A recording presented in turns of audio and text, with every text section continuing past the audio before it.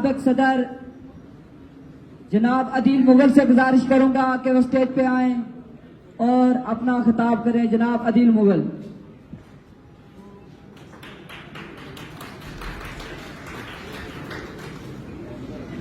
لکھنا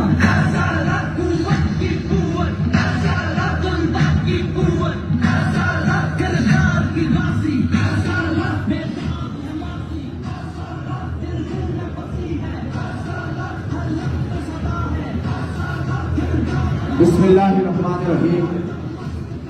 نہ گواؤ ناو کے نیمے کش دل ریزا ریزا گوا دیا. نہ گواؤ ناو کے نیمے کش دل ریزا ریزا گوا دیا. جو بچے ہیں سنگ سمیٹ لو دل تن داغ داغ لٹا دیا. میرے چارہ گر کو نوید ہو دشمن صفا کو خون کرو. وہ جو قرض رکھتے تھے جہاں پر وہ حساب آج چکا دیا. کرو تک جبھی پہ سرے کم میرے قاتلوں کو گمان نہ ہو کہ غرور عشق کا باندھ بن پس مرگ ہم نے بلا دیا. ادھر ایک حرف کے گشتنی یا لاکھ گزرتا گفتنی جو کہا تو ہنس کے اڑا دیا جو لکھا تو پڑھ کے مٹا دیا. جو رکے تو کوہے گراتے ہم جو رکے تو کوہے گراتے ہم جو چلے تو جہاں سے گئے. رہے یار ہم نے قدم قدم تجھے یادگار بنا دیا. رہے یار ہم نے قدم قدم تجھے یادگار بنا دیا. اسٹیج پہ تشریف فرما عظیم دھرتی کے عظیم لوگوں، مختلف سیاسی وابستگیوں سے تعلق رکھنے والے، مختلف سیاسی سماجی تنظیموں سے تعلق رکھنے والے اور مختلف افکار سے تعلق رکھنے والے مقبول بٹ شہید کے فالوورز اور ان کے پیروکاروں، آپ سب کو میرا سلام عرض ہو. اسٹیج سیکرٹری صاحب نے قدغن تو لگایا تھا کہ شارٹ سے وقت میں بات کرنا، تو شاید میں ان کی بات پہ پورا نہیں اتروں گا. کچھ باتیں ہیں جو شاید اگلی صفوں کے لیے نہیں لیکن پچھلی صفوں کے لیے ہوگی، تو اگلی صفوں کے لیے پہلے سے معذرت. دیکھیں دوستو، ریاست جموں کشمیر کے حوالے سے جب بھی ہم بات کرتے ہیں ہر بار ایک ہی بات ہوتی ہے کہ ریاست جموں کشمیر بڑے مشکل حالات سے گزر رہی ہے، بڑے نازک موڑ سے گزر رہی ہے. تو یہ 1947 سے یہ ایک ہی بات ہے.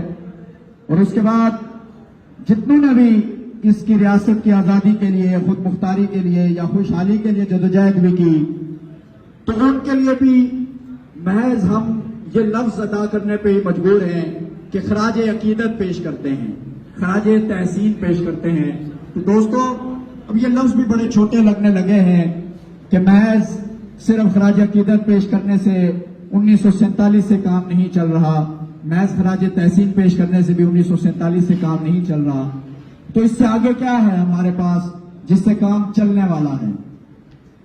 میرے خیال سے یہ ہم سب کے علم میں ہے کہ اس سے آگے کیا ہے، لیکن بات وہی ہے جو کہہ جاتے ہیں کہ تھوڑی سی مجبوریاں ہیں، تھوڑی سی مجبوریاں ہیں، اس وجہ سے ادھر ہے.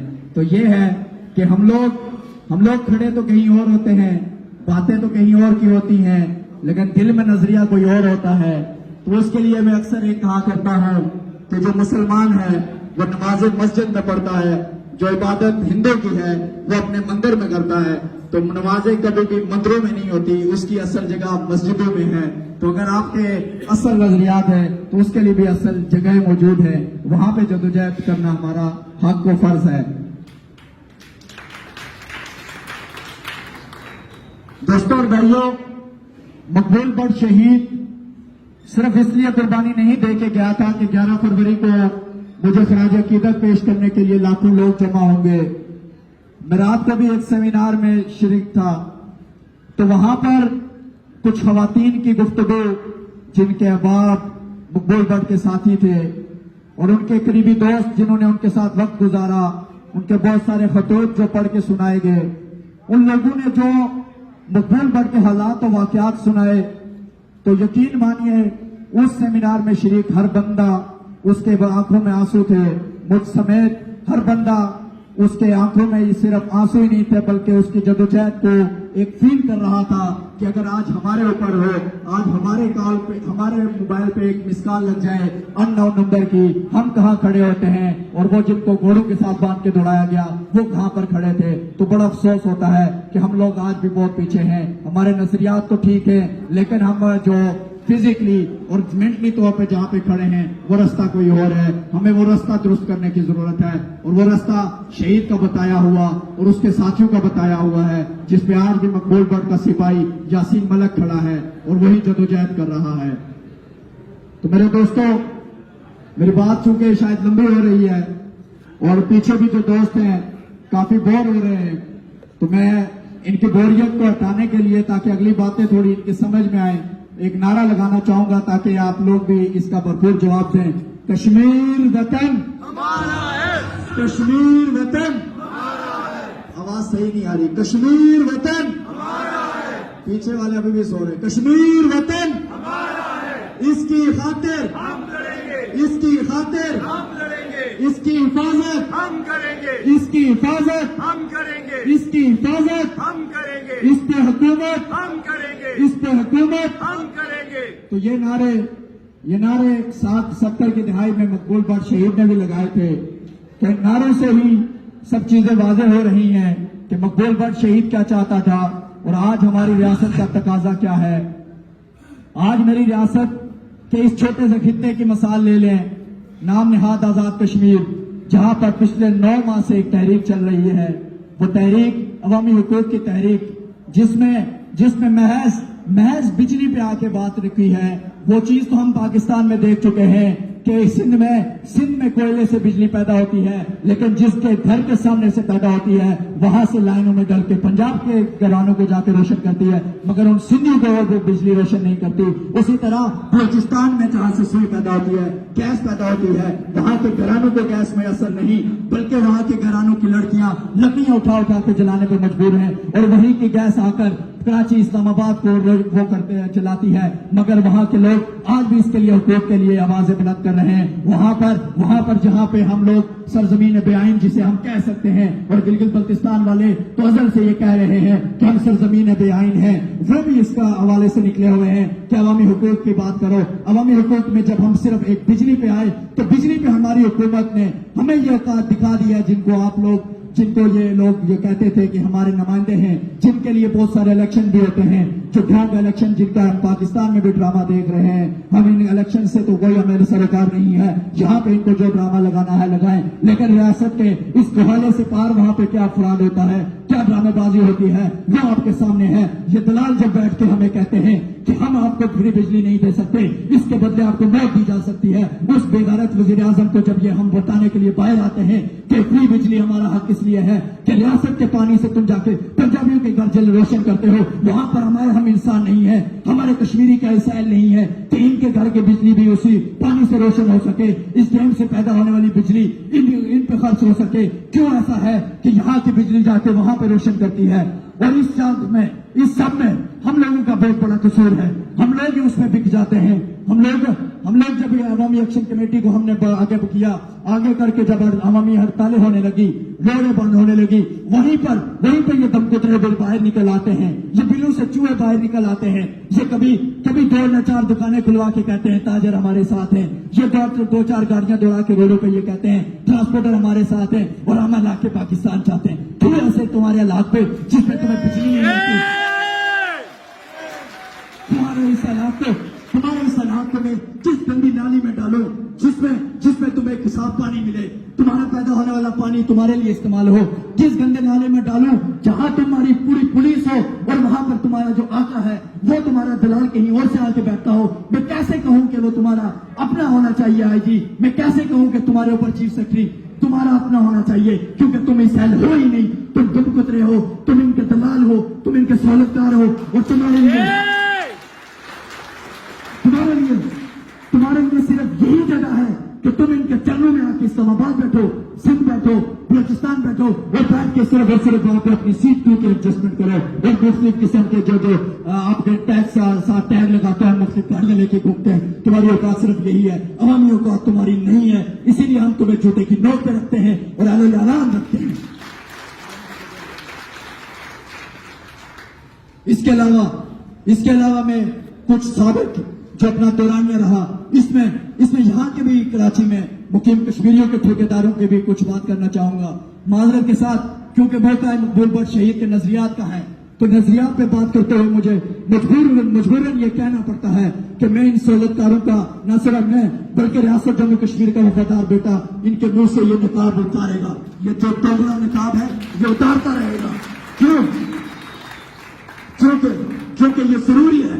ہم نے اس ریاست جموں کشمیر کی چھوٹی سی آرگنائزیشن، ہم تو دعوے دار ہیں، پوری ریاست کے دعوے دار ہیں، لیکن میں اس لیے چھوٹی کہہ رہا ہوں کہ ان تمغوتروں کے نزدیک ہم چھوٹے ہیں نا، تو اس چھوٹی سی آرگنائزیشن نے یہاں کراچی میں جب اپنا مقام پیدا کیا، یہاں کراچی میں مختلف پلیٹ فارمز پہ ان سب کو اکٹھا کرنے کی کوشش کی، یہ آ کے بیٹھتے رہے، یہ آ کے پہلی صفوں میں بھی بیٹھتے رہے، ہم نے ان کو عزت دی، ہم نے کہا بڑے صاحب ہے، لیکن کوئی بڑے صاحب نہیں ہے، یہ جب کورونا آتا ہے تو ماسک چڑھا کے اپنے بلوں میں چھپ جاتے ہیں، کوئی بڑے صاحب نہیں ہے۔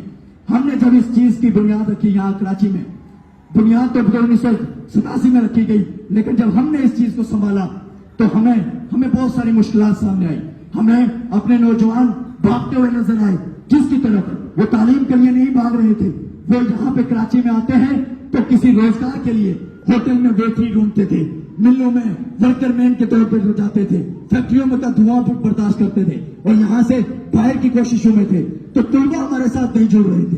طلبا کہتے ہیں آپ لوگ کیا دیتے ہو، آپ لوگوں کے پاس کیا ہے؟ میں وہ بڑی گاڑی والے کے پاس جاؤں گا، وہ کہیں بڑے ہاؤس میں بیٹھا ہوا ہے، وہ مجھے نوکری دے گا۔ وہ جب گیا بھی ہے اسے نوکری نہیں ملی، اسے کچھ نہیں ملا، اسے ایون ان کے ہاسٹل کے کرائے تک ان کے عوض مطلب ان کو یہ کہا گیا کہ آپ ہمارے ساتھ آ کے فوٹو بناؤ تو ہم آپ کے ساتھ یہ کریں گے، یہ ان کی اوقات ہے۔ تو پیچھے سے اشارہ کر رہا، آسان ہو رہی، آسان نہیں ہو رہی۔ تو ساتھیوں، اسٹوڈنٹ لبریشن فرنٹ کو جب ہم نے یہاں پہ سنبھالا تو مختلف قسم کی سرگرمیاں کی، ہم ہر طرح کی سرگرمیوں میں یہاں پہ شریک رہے، چاہے وہ عوامی ہوں، چاہے سماجی، جس طرح کی بھی ہوں، سیاسی ہوں، ہم نے اس میں حصہ لیا۔ حصہ لیتے ہوئے چند چیزیں جو میرے دماغ میں ابھی آ رہی ہیں، ایسے تو ہزاروں باتیں ہیں کرنے کو، لیکن چند چیزیں جو ہمارے ذہنوں میں آ رہی ہیں کہ ہم نے گلگت بلتستان کے دوستوں سے، یہاں پہ کچھ ساتھی موجود بھی ہیں، ہم نے وہ روابط قائم کیے جو کافی عرصے سے نہیں تھے۔ ہم نے ان گلگت بلتستان کے تمام تک طلبہ تنظیموں کی مختلف قسم کے کانفرنسز کروائی، مختلف قسم کے سیمینار کروائے، ان میں شرکت کی، اور آج ریاست جموں کشمیر کے دونوں اکائیوں کے طلبہ میں ہم آہنگی ہے یہاں کراچی میں، تو اس کی بدولت بھی اسٹوڈنٹ لبریشن فرنٹ بھی ہے اور وہاں کی تنظیمیں بھی ہیں، یہ سہرا بھی ہمارے اسٹوڈنٹ لبریشن فرنٹ کو جاتا ہے۔ اس کے علاوہ یہاں پر جب سندھ کے لوگوں کو سیلاب کا سامنا کرنا پڑا تو یہ چھوٹی سی آرگنائزیشن، جس کو آپ چھوٹی سی کہتے ہیں، اسی آرگنائزیشن نے اپنے بل بوتے پہ ہزاروں کی تعداد میں لوگوں میں اس وقت کپڑے، راشن تقسیم کیا، اور اس وقت بھی کسی اور پولیٹیکل آرگنائزیشن سے کسی قسم کا کوئی جو مفاد تھا وہ لینے کی کوشش نہیں کی۔ اس کے علاوہ اس سے بھی قبل کورونا کے دوران بھی ہمارا وجود تھا۔ کورونا کے دوران کا آپ کو ایک واقعہ سناتا ہوں کہ یہی جو یہاں کراچی میں ہم لوگوں کے نمائندے بنے پھرتے ہیں، ان لوگوں کو ہم نے کہا، جب ایک ایک گھر میں محصور بندہ یہ کہہ رہا تھا کہ تندور کھلے تو میں روٹی کھاؤں، گاڑیاں کھلے تو میں گھر جاؤں، ہم ان کے پاس جاتے تھے کہ ارے بابا تمہارے پاس اپنی لینڈ کروزر ہے، تمہارے پاس پیسہ ہے، تم ان لوگوں کی مدد کرو، تم نے 39 سے 40 ویلفیئر کھولی ہوئی ہے، تم ان لوگوں کی مدد کرو۔ تو کہیں سے جواب آتا تھا ہمارے منشور میں یہ شامل ہے کہ ہم ڈیڈ باڈی بیچتے ہیں، تو ہم نے بھی انہیں کہا ان سب زندہ لوگوں کو مرنے دو، پھر اس کے بعد ان ڈیڈ باڈیوں کو بیچ دینا۔ یہ ان کی اوقات تھی، اور یہ گھومتے تھے ماسک پہن پر، اور یہ کہتے تھے کورونا ہے، ہم لوگ آپ کے پاس نہیں آ سکتے، آپ کے مسائل نہیں سن سکتے۔ لیکن اس وقت بھی Jammu Kashmir student liberation front اور لبریشن فرنٹ کے جو لوگ تھے وہ ان لوگوں کے ساتھ کھڑے رہے اور ان لوگوں کے نقاب اتارتے رہے۔ آگے بھی ان لوگوں کے نقاب اس لیے اتارنا ضروری سمجھتے ہیں کہ نذیر احمد مختار کشمیر کو اسی وجہ سے ڈیمیج کیا جا رہا ہے کہ آج بھی آپ کسی جگہ چلے جائیں، پلندری میں جائیں، پان میں جائیں، رولا کوٹ میں جائیں، مظفر آباد میں جائیں، سب آئے ہوئے ہوں گے۔ یہ بات ہے ہی نہیں کہ کوئی نہیں آتا، سب آئے ہوئے ہوں گے، لیکن دوسرے اس سے 5 دن پہلے 5 فروری کو وہی دلال 5 تاریخ کو ٹرانسپورٹ بھی کھول کے بیٹھے ہوئے تھے، وہی دلال دکانیں بھی کھول کے بیٹھے ہوئے تھے، اور پھر آج آ کے ہم سے بھی یہ کہتے ہیں ارے مقبول بٹ کے ساتھ ہے نا یار۔ یہ کون سی ساتھ ہوا؟ یہ کون سا ساتھ ہوا کہ ان غداروں کے ساتھ بھی ہو، ان منافقوں کے ساتھ بھی ہو، اور ہمارے ساتھ بھی نعرہ لگا رہے ہو؟ یہ کوئی ساتھ نہیں چاہیے. اگر ساتھ دینا ہے تو قبضے کو قبضہ کہو. بڑا بھائی چھوٹا بھائی کوئی نہیں ہے, بڑا قابض چھوٹا قابض کوئی نہیں ہے. اس طرف وہ قابض ہے, اس نے تو بڑی وہاں پہ ریل گاڑی وہاں پہ دی, اس نے بڑے بڑے برج وہاں پہ بنوائے, موٹر ویز وہاں پہ بنائی, اس نے ہر طرح کی سہولت دی. لیکن ہم آج بھی اس کو کہتے ہیں وہ قابض ہے, وہ قابض رہے گا.